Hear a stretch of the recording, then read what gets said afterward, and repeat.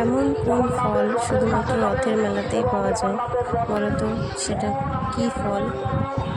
মেলায় গিয়ে সবার প্রথমে মানুষ আগে কি খায় সেটা একটু বল। সবাই জানো তোমরা, তবু এই বোকা বোকা প্রশ্নগুলো আমি তোমাদের করব। যাই হোক, সবার প্রথমে রথের মেলায় গিয়ে রথ টানলাম। এখানে প্রচুর ভিড় ছিল, তবু একটু চেষ্টা করলাম রথটা টানার। এবং জগন্নাথ, বলরাম, সুভদ্রা সকল দেবতাকে প্রণাম করলাম এবং আমাকে একটি ফল দিল ঠাকুরমশাই। প্রত্যেক বছরই প্রণাম করে এই প্রসাদটা পেয়ে থাকি আমরা। কি মিষ্টি করে সাজিয়েছে আর কি অপূর্ব সুন্দর লাগছে দেখতে আমাদের জগন্নাথ দেবকে। এইবার চলে এলাম একটু মেলার ভেতরে জিনিসপত্র কেনাকাটি করতে।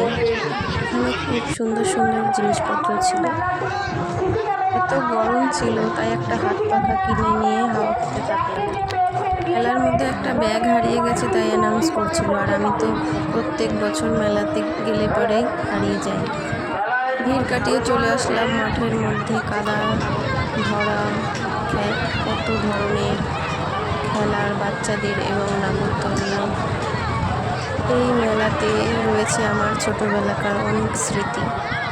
এত পরিমাণে হেঁটেছি যে আর পারছি না, লাস্টে হাঁপিয়ে গেছি। তাকিয়ে দেখলাম কোথায় একটু বসা যায়, তো এখানে একটু বসার জায়গা পেলাম, এসে বসেছি। আর ওই দাদাগুলো বলছে উঠো উঠো, এখানে এখনই চালু করা হবে, তোমরা এখানে বসতে পারবে না।